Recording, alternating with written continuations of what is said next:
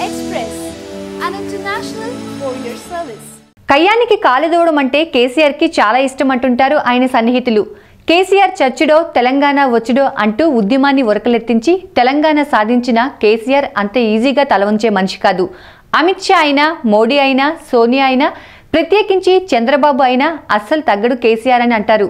ఇప్పుడు మళ్లీ కరెంటు యుద్ధానికి తెరలేచింది. రెండు తెలుగు రాష్ట్రాల ముఖ్యమంత్రుల మధ్య టిట్ ఫర్ టాట్. ఏపీకి తెలంగాణ ప్రభుత్వం పవర్ కట్ చేసింది.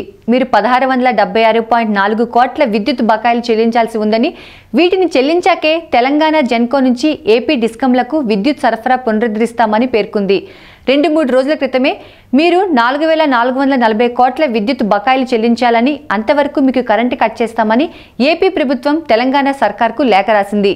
ఇందుకు బదులుగా Telangana power transmission commission chairman D Prabhakar Rao మొదట మాకు బకాయి పడిన సొమ్ము చెల్లించాలని కోరుతూ ఏపీ డిస్కమ్ చైర్మన్కు లేఖ రాశారు.